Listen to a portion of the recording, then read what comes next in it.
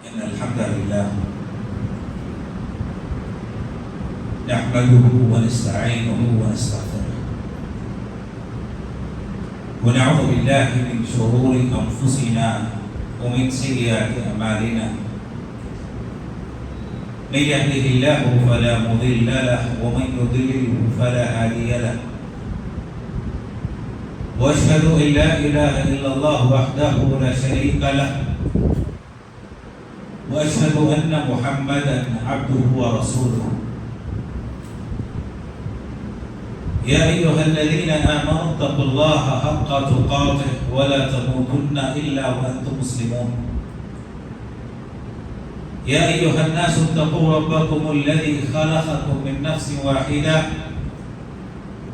وخلق منها زوجها وبث منهما رجالا كثيرا ونساء واتقوا الله الذي تساءلون به والأرحام إن الله كان عليكم رقيبا يا أيها الذين آمنوا اتقوا الله وقولوا قولا سديدا يصلح لكم أعمالكم ويغفر لكم ذنوبكم ومن يطع الله ورسوله فقد فاز فوزا عظيما أما بعد فإن خير الحديث كتاب الله وخير الهدي هدي محمد صلى الله عليه وسلم وشر الأمور محدثاتها وكل محدثة بدعة وكل بدعة ضلالة وكل ضلالة في النار.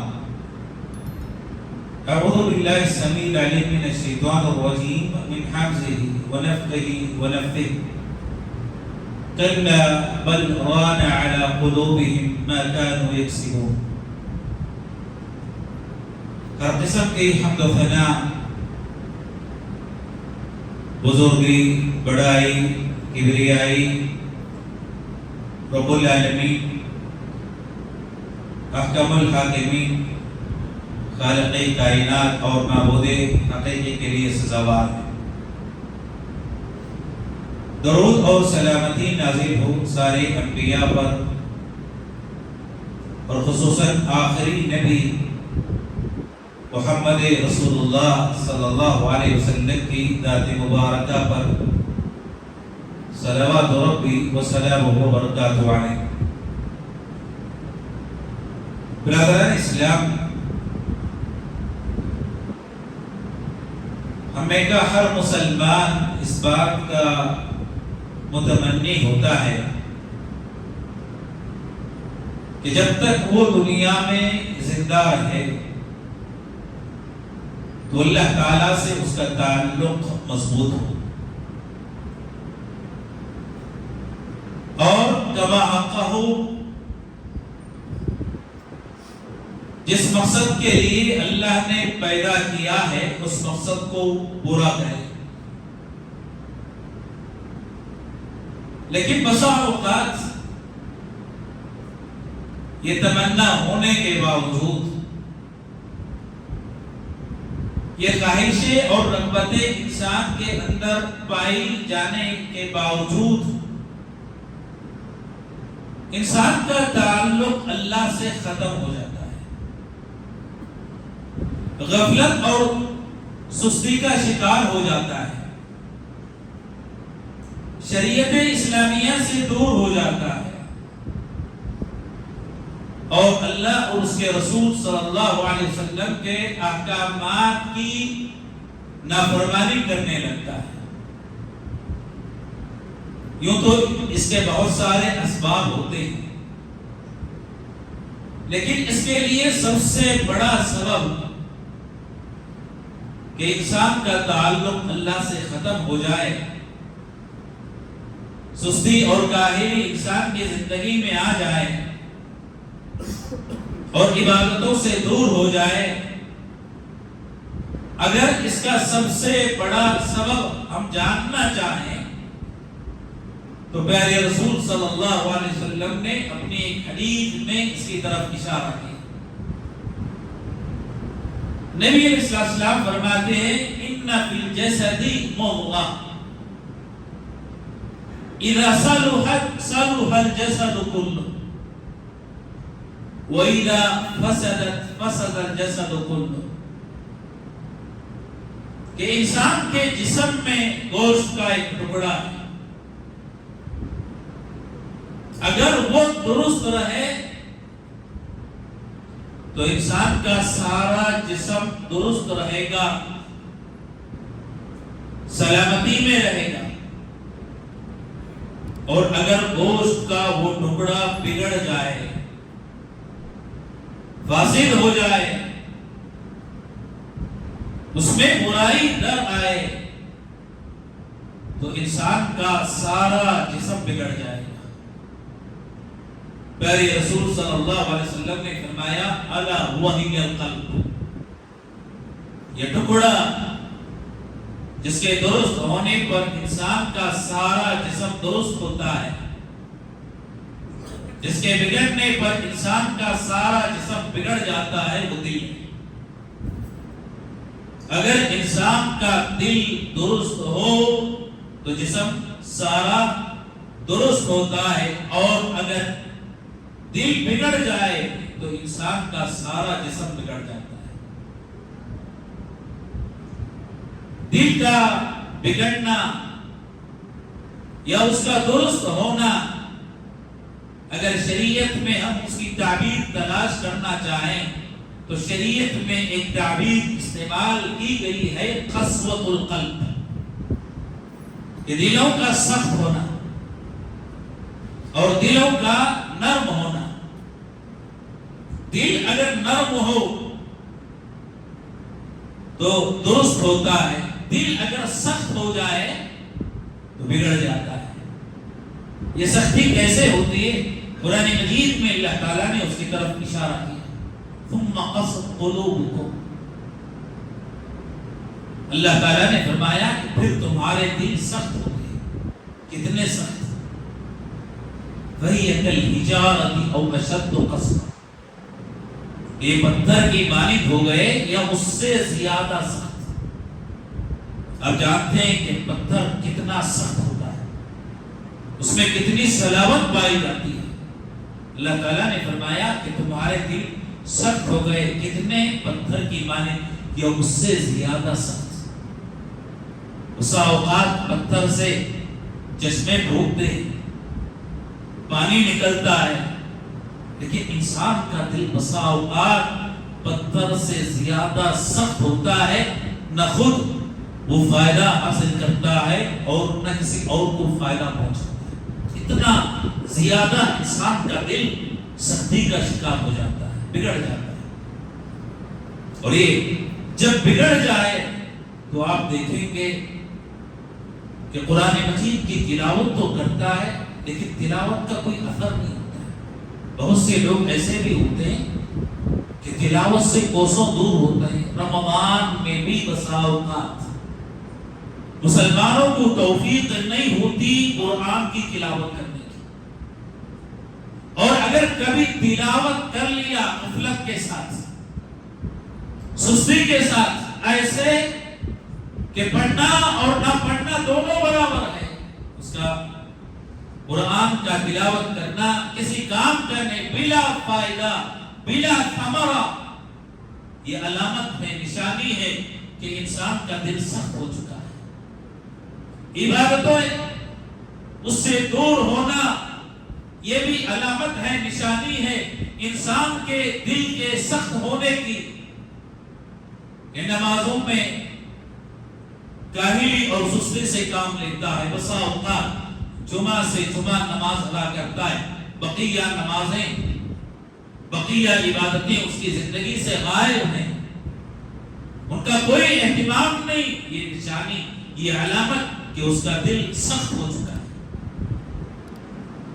انسانوں کے ساتھ حسن سلوک، اور خاص طور سے ماں باپ، والدین، رشتہ دار، بچوں کے ساتھ حسن سلوک کرنا اس نے اپنے زندگی میں سیکھا نہیں۔ یہ علامت ہے، نشانی ہے کہ اس کا دل سخت ہو چکا ہے۔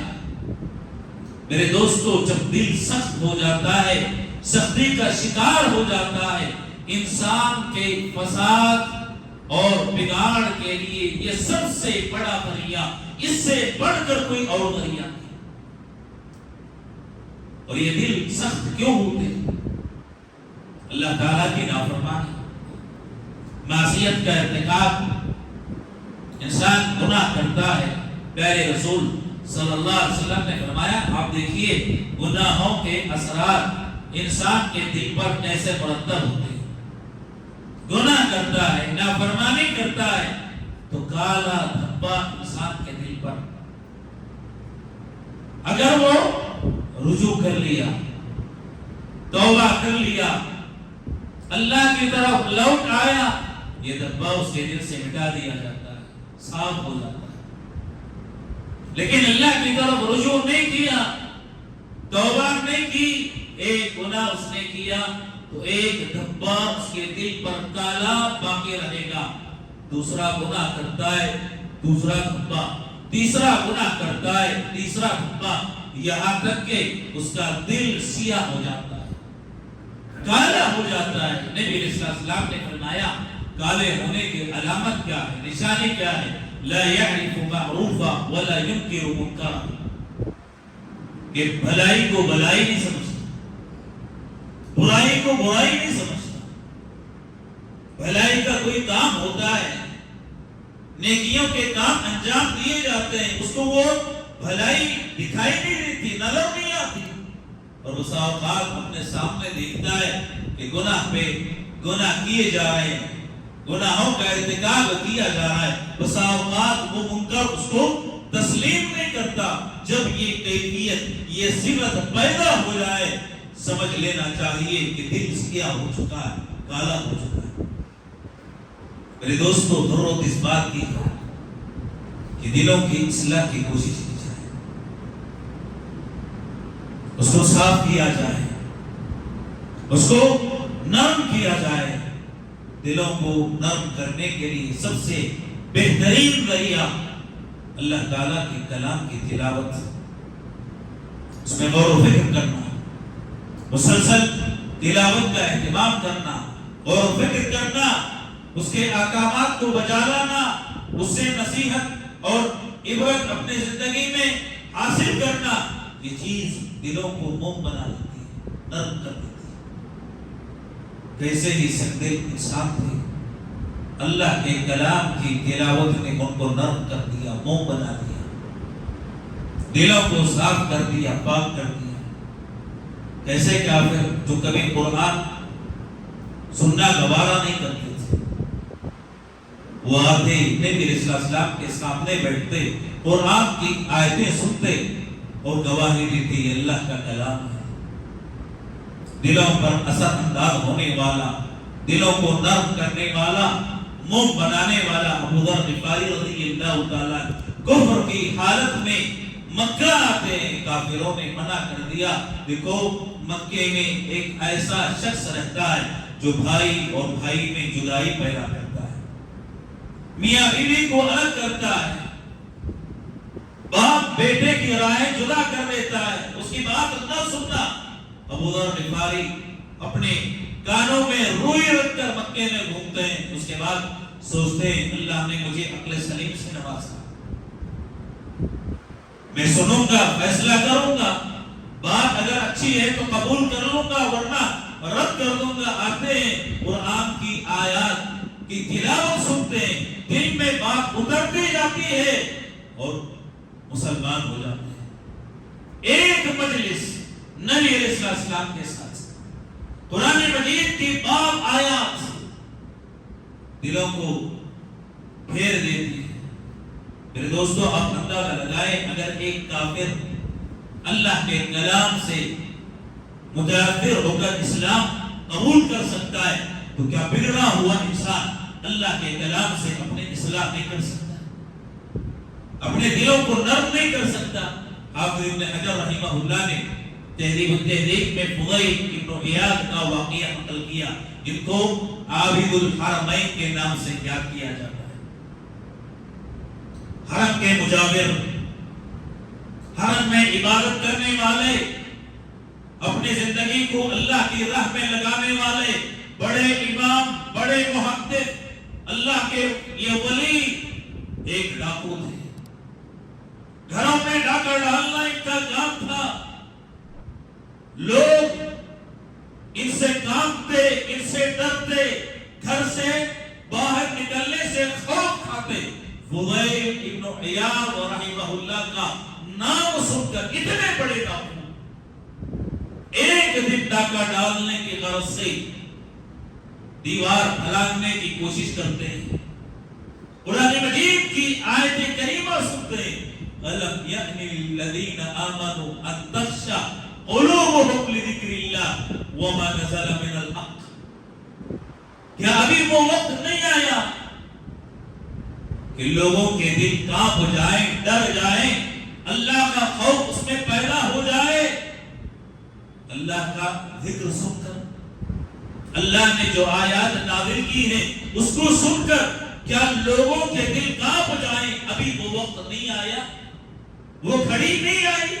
قرآن مجید کی ایک آیت کریمہ فضیل بن عیاض رحمہ اللہ کے کانوں میں پڑتی ہے.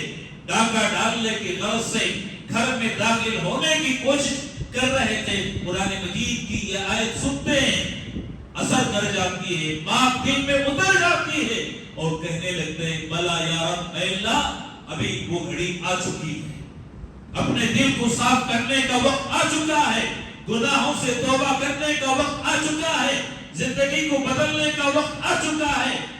اللہ کے دربار میں حاضر ہوتے ہیں، توبہ کرتے ہیں اور توبہ کی نشانی کے طور پر اپنے آپ میں یہ عہد کرتے ہیں کہ بقیہ زندگی کو میں حرم میں کعبۃ اللہ کے قریب رہ کر اللہ کی عبادت کرتے ہوئے گزاروں گا. باقی ساری زندگی اللہ کی عبادت کرتے ہوئے یہ امام، یہ محدث، یہ عظیم اللہ کی ولی حرم میں اپنی زندگی بسر کرتے ہیں. یہ قرآن مجید کی آیات کی تاکید ہے. ایک آیت بسا اوقات آپ کی زندگی کو تبدیل کر دے گی، آپ کے دل کو نرم کر دے گی، موم بنا دے گی. دلوں کو نرم کرنے کے لیے اللہ کے راستے میں خرچ کرنا، یتیموں کا خیال رکھنا. پیارے رسول صلی اللہ علیہ وسلم کے پاس ایک صحابی آئے، شکایت کرنے لگے میرا دل سخت ہو چکا، دل سخت ہو چکا ہے، آیات سنتا ہوں لیکن آیتیں اثر نہیں کرتی، کوئی علاج بتائیے، کوئی طریقہ بتائیے کہ میں اپنے دل کو نرم کر سکوں. پیارے رسول صلی اللہ علیہ وسلم نے فرمایا اپنے مسکین وامسح رأس اليتیم، کہ اگر اپنے دلوں کو نرم کرنا چاہتے ہو مسکینوں کو کھانا کھلاؤ. بہت سارے مساکین ہوں گے، فقراء ہوں گے، غریب ہوں گے، کبھی کسی مسکین کو کھانا کھلا دو. کبھی اپنے ساتھ گھر کسی مسکین کو لا لو، اپنے ساتھ دسترخوان پر بٹھا کر اس کو ایک وقت کا کھانا کھلا دو. دلوں کو اللہ نرم کر دے گا، دلوں کو اللہ موم بنا دے گا، دلوں کی سختی غائب ہو جائے گی. اور آپ صلی اللہ علیہ وسلم نے فرمایا وَامْسَحْ رَأْسَ الْيَتِيمِ، کہ یتیم کے سر پر ہاتھ رکھو، ہاتھ پھیرو. ہاتھ رکھنے اور ہاتھ پھیرنے کا مطلب یہ ہے کہ یتیم کے لیے سہارا بنو. اس کی زندگی میں اس کا کوئی سہارا نہیں ہوتا ہے. سب سے بڑا سہارا باپ اس سے جدا ہو چکا ہے، دنیا سے رخصت ہو چکا ہے، اس کے سر پر ہاتھ پھیرنے والا کوئی نہیں، اس کی کفالت کرنے والا کوئی نہیں، اس کی ضرورتوں کو پورے کرنے والا کوئی نہیں. نبی علیہ السلام نے فرمایا تم اس کے کفیل بن جاؤ، تم اس کے سہارا بن جاؤ، تم اس کے سر پر ہاتھ پھیر دو، تم اس کے لیے سایہ بن جاؤ، تم اس کی ضرورتوں کو پورا کر دو. اللہ تعالیٰ تمہارے دلوں میں جو زنگ لگا ہوا ہے، سختی پائی جاتی ہے، اس زنگ کو، اس سختی کو اللہ تعالیٰ دور کر دے گا، ختم کر دے گا. میرے محترم مسلمان دوستو، آج ہمارے معاشرے میں کتنے ہی یتیم، کتنے ہی مساکین ہیں. سابق میں آپ نے دیکھا ہوگا کہ ہمارے اسلاف مسکینوں کو کھلانے اور پلانے کا بہت اہتمام کیا کرتے تھے. بسا اوقات تلاش کرتے کہ مسجد میں کوئی مہمان مل جائے, کوئی غریب مل جائے, کوئی مسکین آ جائے, میں اپنے ساتھ اپنے گھر لے جاؤں, اس کو کھلاؤں, اس کو پلاؤں. لیکن آج بسا اوقات ہم اپنے سامنے مساکین کو دیکھتے ہیں, کبھی اس کی حالت پوچھنا انسان گوارا نہیں کرتا ہے. ہم اپنے سامنے مساکین یتیموں کو پاتے ہیں لیکن اس کا سہارا بننے کی کوشش نہیں کرتے. اگر اپنے دلوں کو نرم کرنا ہے, موم بنانا ہے, تو میرے دوستو ہم کو چاہیے کہ ہم مسکینوں کو کھلانے کا اہتمام کریں, یتیموں کے لیے سہارا بنیں. میرے دوستو دلوں کو نرم کرنے کے لیے گناہوں سے دور ہونا بہت ضروری ہے. آدمی اللہ کی معصیت سے جتنا بچے گا اس کا دل اتنا نرم ہوگا, اور جتنے گناہوں کا ارتکاب کرے گا اتنا دل اس کا سخت ہوتے جائے گا. جتنے گناہ کرے گا, اور یہ بات یاد رکھیں, حافظ ابن رجب رحمہ اللہ نے فرمایا کہ غالب من یبتلی بسوء الخاتمہ, اکثر جو سوء خاتمہ کا شکار ہوتے ہیں, دنیا سے جب جانے کا وقت ہوتا ہے, رخصت ہونے کا وقت ہوتا ہے, سوء خاتمہ کا شکار ہو جاتا ہے, بری موت آ لیتی ہے.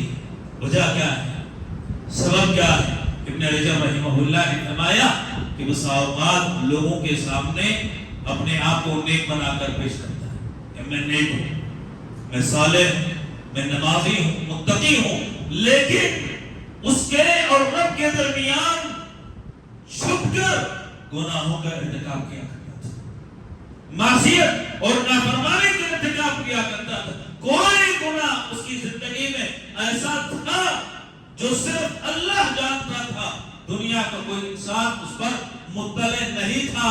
بسا اوقات یہی چھپ کر کیے جانے والے گناہ اس کے سوء خاتمہ کا سبب بن جاتے ہیں. دل جب سخت ہو جاتا ہے کوئی چیز اثر انداز نہیں ہوتی. آپ نے دیکھا ہوگا بہت سارے تاجر ہوتے ہیں, تجارت میں اتنا مصروف ہے, اتنا مشغول ہے کہ اللہ کی عبادت سے غافل ہو چکا ہے. نمازوں کا کوئی اہتمام نہیں, زکات ادا کرنے کی طرف توجہ نہیں. بسا اوقات نصاب کا مالک ہوتا ہے, حج کرنے کی طاقت ہوتی ہے, لیکن حج کرنے کی توفیق نہیں ہوتی. کیوں؟ اللہ نے اس کو دور کر دیا, دل کو سخت کر دیا.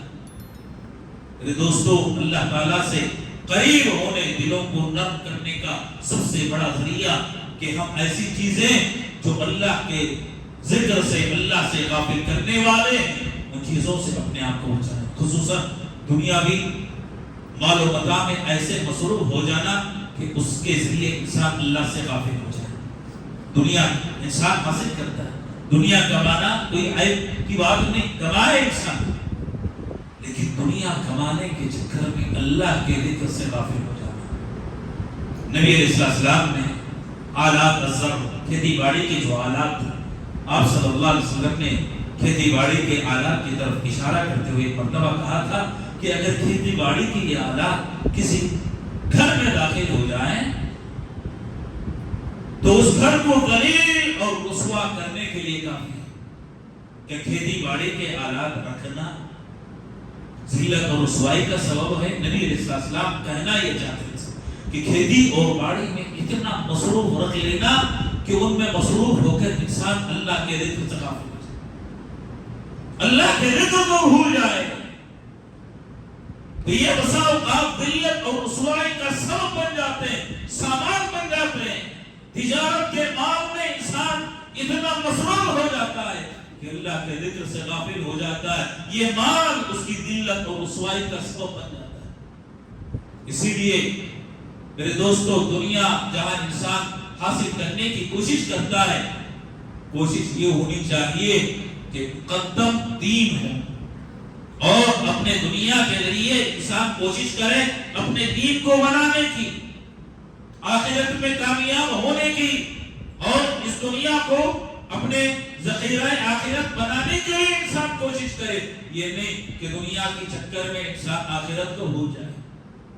اسی لیے انسان کو چاہیے اگر وہ اپنے دل کو نرم کرنا چاہتا ہے تو معصیتوں سے اور دنیا میں دور جانے سے، مصروف ہونے سے، اتنا کہ اس کے ذریعے انسان دور دین کو چھوڑ دیتا ہے، اس سے اپنے آپ کو بچائے اور دور رکھے۔ دل کی نرمی انسان کے لیے ایک نعمت ہے، اس سے بڑھ کر دنیا میں کوئی اور نعمت نہیں، اور دل کا سخت ہونا دنیا میں ایک عذاب ہے۔ علماء کہتے ہیں کہ دل اگر انسان کا سخت ہو جاتا ہے، اتنا سخت کہ اس کی وجہ سے اللہ کے ذکر سے، تلاوت، اسلامی احکامات کو بجا لینے سے غافل ہو جاتا ہے، تو دل کا اس طریقے سے سخت ہونا یہ گناہ ہے۔ اللہ اس پر اس کے نامہ اعمال میں گناہ لکھے گا، تحریر کرے گا، اگر دل اتنا سخت ہو جاتا ہے کہ اس کی وجہ سے انسان نمازوں میں سستی کرنے لگتا ہے، دل اتنا سخت ہو جائے کہ زکوٰۃ ادا نہیں کیا، دل اتنا سخت ہو گیا کہ حج کا اہتمام نہیں کیا، اللہ کے ذکر سے غافل ہو گیا، دل اتنا سخت ہو گیا کہ قرآن کی تلاوت کو ترک کر دیا۔ میرے دوستو، اگر اتنا انسان کا دل سخت ہو جاتا ہے تو اس کی وجہ سے اللہ اس کے نامہ اعمال میں گناہ تحریر کرے گا، گناہ لکھے گا، اور اس پر قیامت کے دن انسان کو عذاب دیا جائے گا۔ لہذا ہمیں کوشش کرنی چاہیے کہ اپنے دلوں کو نرم کریں اور دلوں کی سختی سے اپنے آپ کو بچائے رکھیں۔ رب کریم سے دعا ہے کہ اللہ تعالی ہم تمام کے دلوں کو نرم کر دے، موم بنا دے، اور اللہ کے ذکر سے انتفاع اور استفادہ کرنے کی توفیق عطا فرمائے، قرآن کی تلاوت سے اپنی زندگیوں کو بدلنے کی توفیق عطا فرمائے۔ اللہ تعالی ہماری نیکیوں کو قبول فرمائے، اللہ جب تک زندہ رکھے، ایمان اور اسلام پر زندہ رکھے، موت دے تو اللہ توحید اور ایمان پر موت عطا فرمائے، حسن خاتمہ نصیب فرمائے، سوء خاتمہ سے بچائے، آمین۔ وآخر دعوانا الحمدللہ رب العالمین۔